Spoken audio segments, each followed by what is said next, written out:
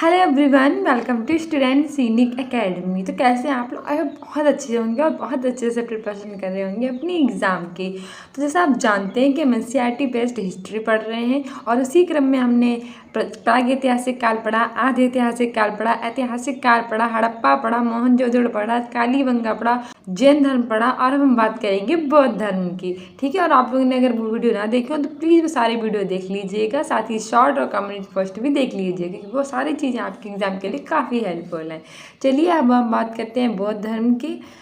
इस धर्म का प्रारंभ महात्मा बुद्ध ने किया था। जैसे आप जानते हैं कि बौद्ध धर्म जो था वो कैसे स्टार्ट हुआ था, महात्मा बुद्ध ने इसका प्रारंभ किया था।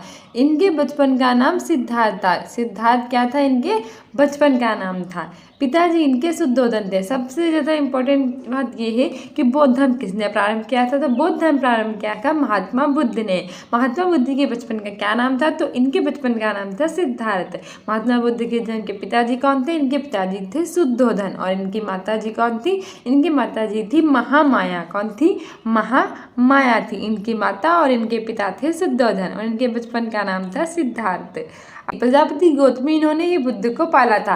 जैसा आप जानते हैं कि महात्मा बुद्ध के जन्म के एक सप्ताह बाद ही उनकी माता की मृत्यु हो गई थी, इसीलिए जो गौतम का पालन पोषण था वो उनकी गौतमी ने किया था, जो कि इनकी सौतेली माता भी हैं क्योंकि आगे के जो पिता थे उन्होंने इनकी मौसी से विवाह कर लिया था, इसीलिए वो इनकी सौतेली माता भी कहलाई थी और उन्होंने बुद्ध को पाला था। आगे दिया भी गया है क्योंकि इनके जन्म के एक सप्ताह बाद ही महामाया यानी कि जो इनकी माता थी महामाया उनकी मृत्यु हो गई थी।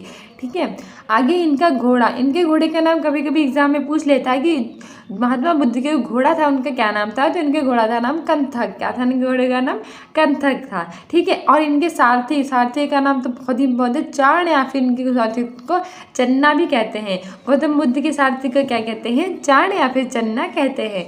आगे बढ़ते हैं। आगे हमसे कह रहा है इनका नाम था यशोधरा। ठीक है, और इनका जो बेटा था उनका नाम था राहुल।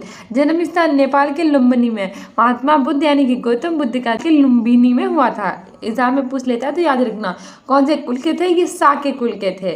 और इनका जन्म कब हुआ था? 563 ईसा पूर्व में हुआ था और इनकी मृत्यु 483 ईसा पूर्व में 80 वर्ष की अवस्था में हुई थी। यानी कि महात्मा बुद्ध कितने वर्ष की अवस्था में मरे हैं? 80 वर्ष की अवस्था में। ठीक है, आगे बढ़ते हैं। आगे हमसे कह रहा है कि सिद्धार्थ को तथागत कनक मुनि तथा शाक्य मुनि भी कहते थे। अच्छा, जो हमारे सिद्धार्थ थे उनको हम क्या कहते थे? तथागत कनक मुनि तथा शाक्य मुनि। ठीक है, तथागत कनक मुनि तथा शाक्य मुनि भी कहते थे। अच्छा, इन्हें लाइट ऑफ एशिया भी कहते थे। और ये देखो, ये मोस्ट इंपॉर्टेंट है, एग्जाम में काफ़ी एग्जाम में पूछा जा चुका है कि लाइट ऑफ एशिया किसे कहते थे? तो जो महात्मा बुद्ध थे, जो गौतम बुद्ध थे, उन्हें ही लाइट ऑफ एशिया भी कहते थे। साथ ही कनक मुनि और शाक्य मुनि भी कहते थे। ये अपने साम्राज्य में भ्रमण के दौरान व्यक्ति जीवन की 4 अवस्थाओं को देखा, जिसके बाद इनके मन में वैराग्य यानी कि गृह त्याग उत्पन्न हो गया। सब जानते हैं कि महात्मा बुद्ध घर में रहते थे, बाहर उन्हें जाने नहीं दिया जाता था। इनके पास सुख सुविधा की सारी चीज़ें थी, उनके विवाह भी जल्दी कर दिया गया था ताकि ये बाहर का जो दुख है उसको ना देख सके। लेकिन एक रात इन्होंने अपने चन्ना जो उनका मित्र है उनके साथ निकल पड़े और पूरा भ्रमण करके आए।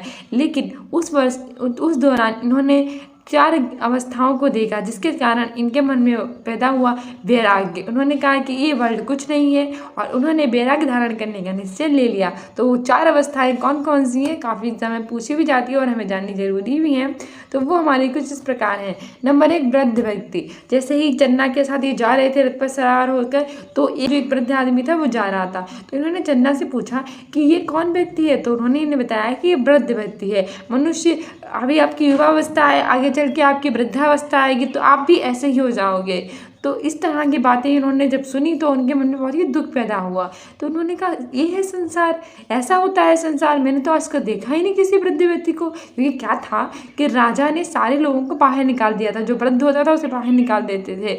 तो इन्होंने का पता ही नहीं था अगर दुख भी कुछ होता है, रोग भी कुछ होता है, तो और वृद्ध व्यक्ति भी कुछ होते हैं। तो वो सारी चीज़ें उन्हें पता चली।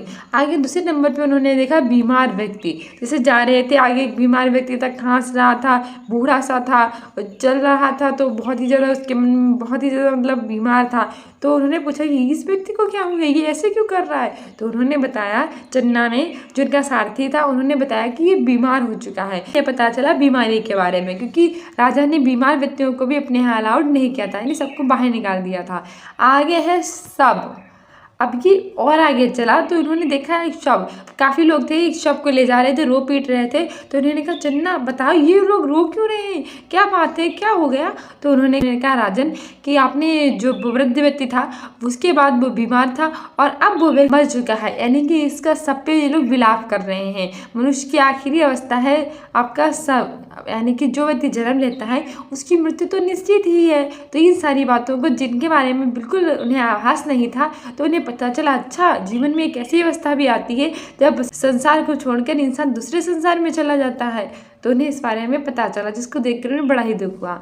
आगे इन्हें मिला एक सन्यासी व्यक्ति। जैसे ही आगे बढ़ रहे थे तो एक सन्यासी व्यक्ति बंद करके सन्यास धारण किए हुए था, भगवान की प्रार्थना कर रहा था ना। ये तो बड़े खुश है, क्या बात है, ऐसा ही नहीं क्या मिल गया? तो उन्होंने कहा बता कि राजन ये सन्यासी व्यक्ति है, इसने संसार रूप को छोड़कर एक अलग ही दुनिया को अपना लिया है, यानी कि इन्होंने सन्यास को अपना लिया और ये भगवान का नाम ले रहे हैं।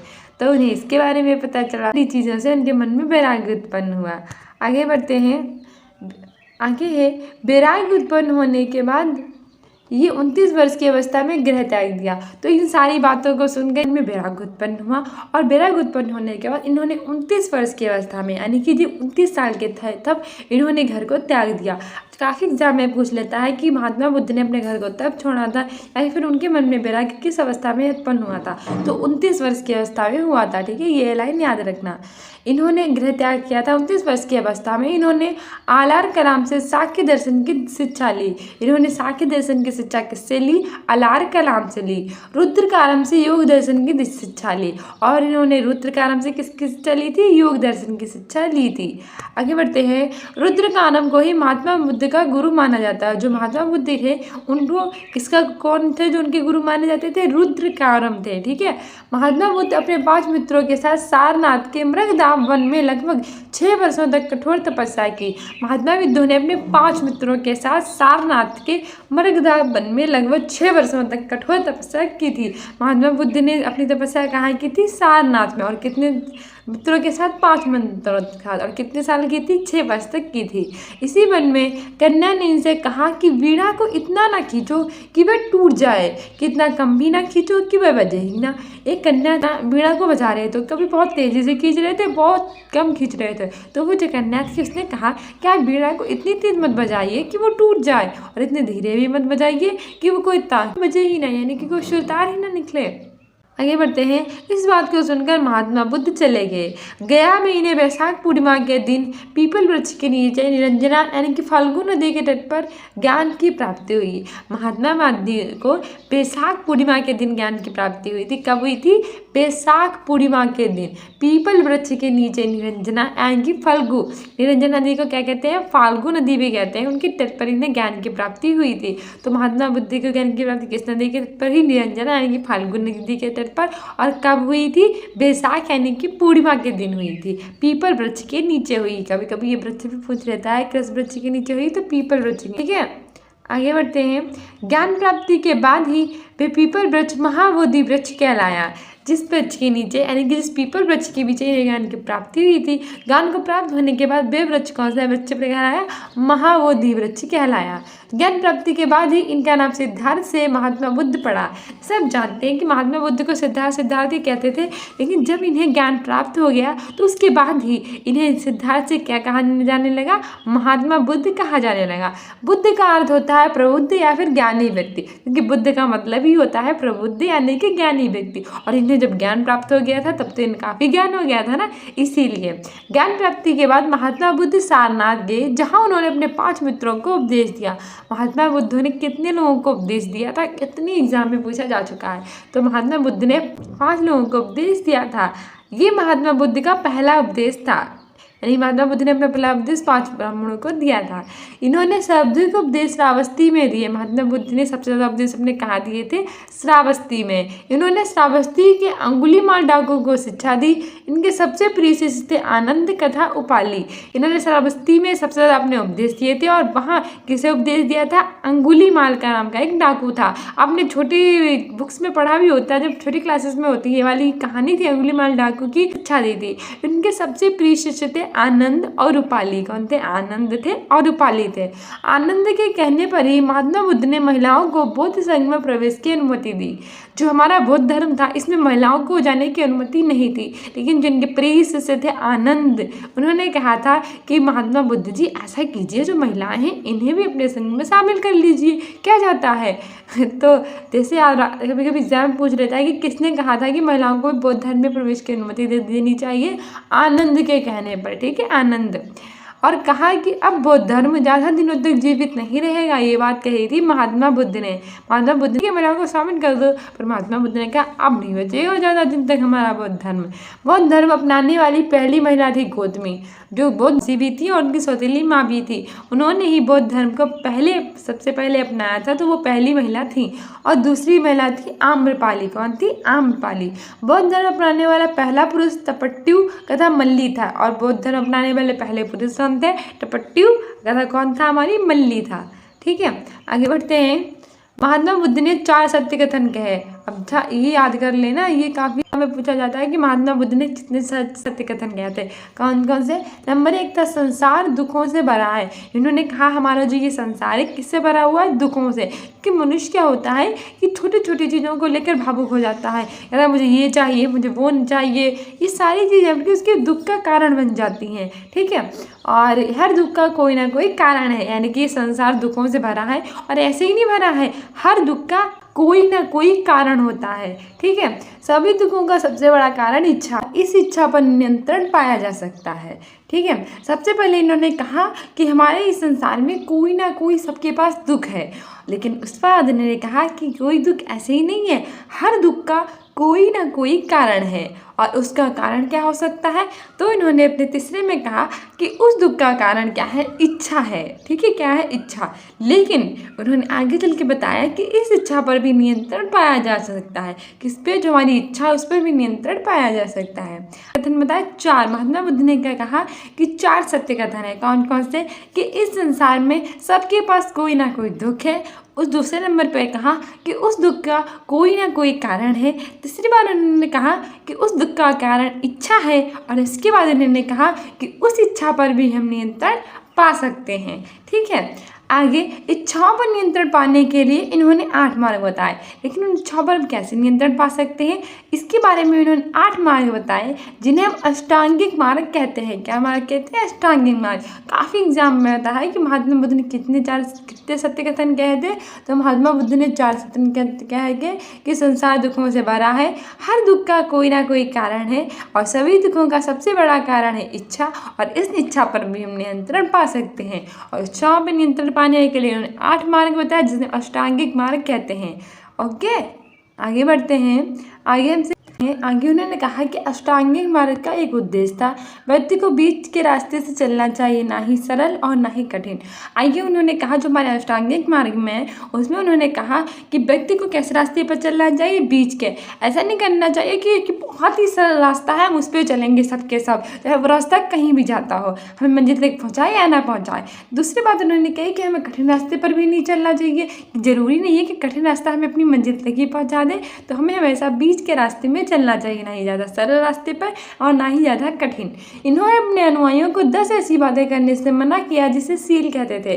महात्मा बुद्ध को 10 ऐसी बातें करने से मना किया था, जिसे हम क्या कहते थे? सील कहते थे। सील की संख्या 10 है। महात्मा बुद्ध ने 3 दर्शन दिए।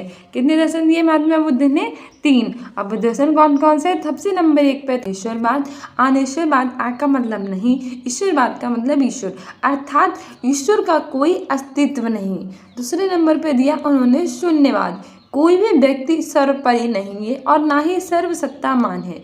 उन्होंने कहा कि इस संसार में कोई भी व्यक्ति है वो ना तो सबसे बढ़कर है और ना ही सर्वसत्तामान है, यानी कि सबसे ज़्यादा उसकी सत्ता नहीं है।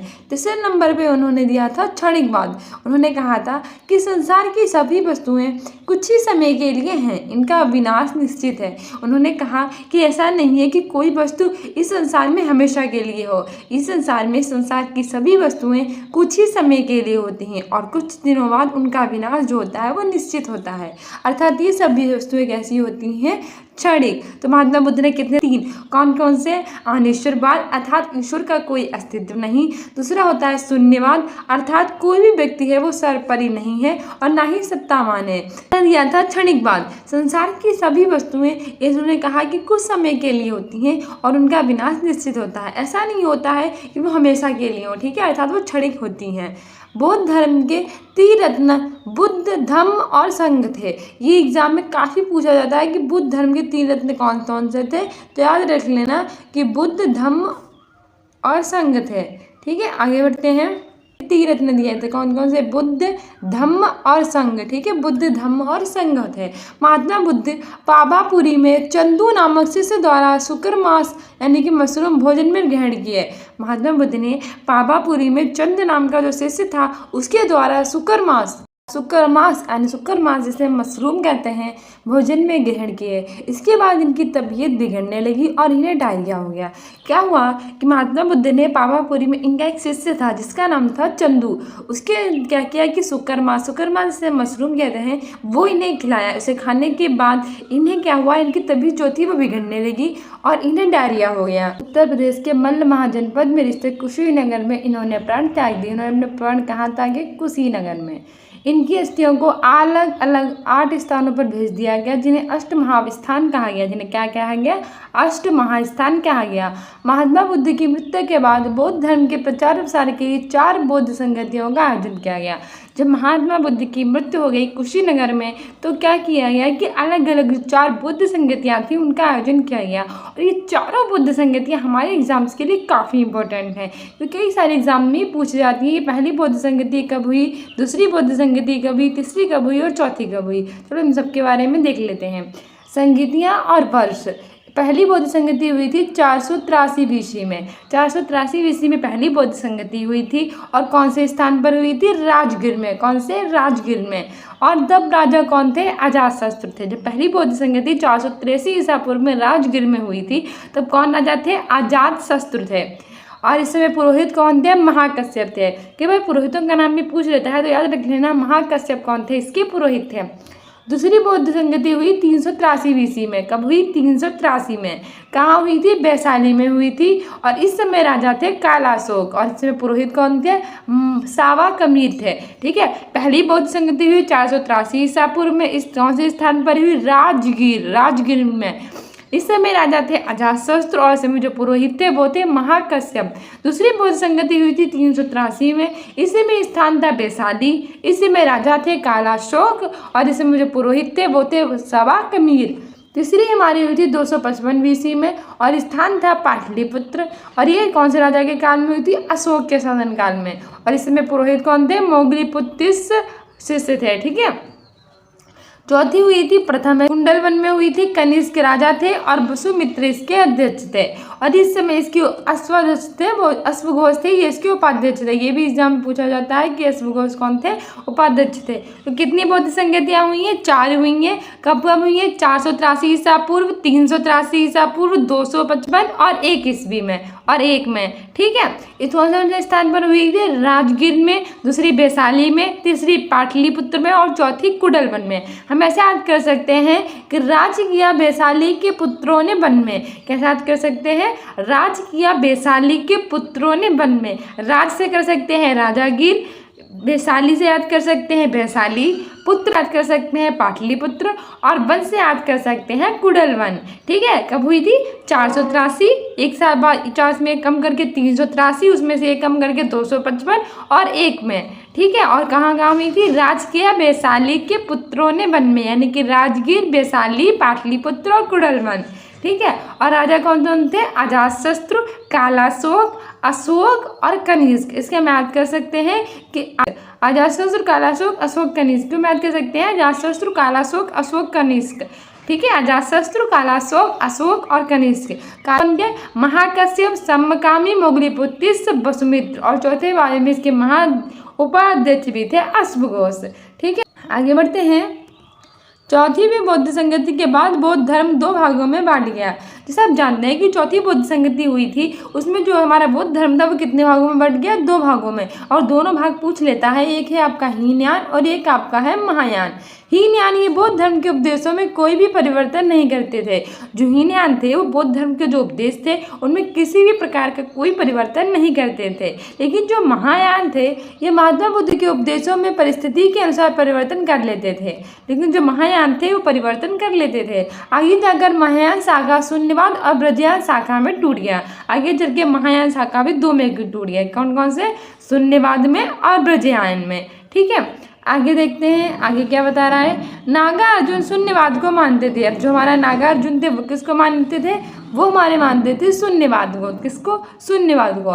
ब्रजयान शाखा बौद्ध धर्म के विनाश का कारण था। इसमें मंदिर, मूर्ति पूजन, वेश्यावृत्ति की अनुमति थी। जो ब्रजयान शाखा था वो बौद्ध धर्म के विनाश का मुख्य कारण था, क्योंकि इसमें इसने मदिरा, मूर्ति पूजन, वेश्यावृत्ति सबकी अनुमति दे दी थी। भागलपुर के विक्रमशिला विश्वविद्यालय, चीन, थाईलैंड ETC मानी और भी आदि में ब्रजयान शाखा है। ठीक है, और बौद्ध धर्म से जुड़े चिन्ह। अब कौन कौन से बौद्ध धर्म से जुड़े चिन्हों के बारे में पूछ रहता है कि गर्भ से कौन से कुछ चिन्ह जुड़ा हुआ है? तो गर्भ से जुड़ा हुआ है हाथी। क्या जुड़ा हुआ है? हाथी। आगे बढ़ते हैं, है जन्म। काफ़ी एग्जाम में पूछ लेता है कि महात्मा बुद्ध का जन्म है वो कौन से चिन्ह से जुड़ा हुआ है। तो याद रखना, महात्मा बुद्ध का जो जन्म है वो कमल से जन्म हुआ। कितना प्यारा कमल का फूल होता है ना, कमल से जुड़ा हुआ है महात्मा बुद्ध जी का जन्म। ठीक है, ग्रह त्याग। ग्रह घोड़े से ही कहेंगे, घोड़े से अच्छा क्या वाहन होता है कि उस पर लेके चल देते हैं, तो घोड़ा होता है। महाभीनी संक्रमण के ग्रह त्याग को क्या कहते थे? महाभीनी संक्रमण कहते थे। आगे हमारी ये युवावस्था। युवावस्था कौन सी थी? सांड। ठीक है, युवा जो होता है वो सांड जैसा हो जाता है। ऐसे याद कर लेना कि इनकी जो युवा अवस्था थी उसको सांड से प्रदर्शित करते हैं। ज्ञान प्राप्ति। इन्हें ज्ञान प्राप्ति बोधि वृक्ष के नीचे हुई थी। कौन से? बोधि वृक्ष। हम संबोधन बोलते हैं। उपदेश। प्रथम उपदेश में चक्र या फिर धर्म चक्र परिवर्तन कहते हैं। इनकी समृद्धि का संकेत था शेर। शेर से अच्छा संकेत क्या हो सकता है? इनकी समृद्धि का निर्माण इन्हें हुआ था इनके पद चिन्ह। निर्माण क्या था? इनके पद चिन्ह थे। मृत्यु हुई थी स्तूप या महापरिनिर्माण। इनकी मृत्यु को क्या बोलते हैं? महापरिनिर्माण बोलते हैं। ठीक है, आगे बढ़ते हैं हम। ज्ञान प्राप्ति के तब वैशाख अप्रैल महीने में पूर्णिमा के दिन हुई थी कि महात्मा बुद्ध का जन्म, उन्हें ज्ञान की प्राप्ति और साथ ही उनकी मृत्यु, तीनों चीजें एक ही दिन पे हुई। और कौन सा दिन था? वैशाख अप्रैल महीने में पूर्णिमा के दिन हुई थी। वैशाख पूर्णिमा को हम बुद्ध पूर्णिमा भी कहते हैं। जिस व्यक्ति का जन्म, मृत्यु और उनके ज्ञान की प्राप्ति, इतनी बड़ी बड़ी चीजें उन्हें एक ही दिन हुई हो तो उसे हम क्या कहते हैं? बुद्ध पूर्णिमा को ये बुद्ध पूर्णिमा भी कहते हैं। तो हमारी NCERT बेस्ट हिस्ट्री में आज बौद्ध धर्म। इससे पहले हमने आपको बताया था प्रागैतिहासिक काल, आदि ऐतिहासिक काल, हड़प्पा, मोहनजोदड़ो, कालीबंगा, जैन धर्म, इन सब के बारे में बात की थी। और आज हमने बौद्ध धर्म के बारे में बात की। उसमें हमने बात की जैसे उन्हें गौतम बुद्ध का जन्म हुआ, कैसे उन्हें ज्ञान की प्राप्ति हुई, उन्हें कितने लोगों को उपदेश दिया और कौन पहली महिला थी जो इन पर शामिल हुई, और साथ ही इनके मृत्यु और इनसे मृत्यु कहाँ हुई, और इन्हें जो 4 बौद्ध संगतियाँ थी उनके बारे में भी हमने बात की। So if you like this video then please subscribe my channel Student Scenic Academy. And आप कम्युनिटी पोस्ट भी देख लिया कीजिए और जो आपके शॉर्ट है वो भी देखा कीजिए। उसमें आपको जो करंट अफेयर और जो इंपॉर्टेंट इन्फॉर्मेशन होती है वो सारी चीज़ें मिलती हैं और साथ ही आपको क्विज़ेस भी प्राप्त होते हैं आप हमारे कम्युनिटी पोस्ट में।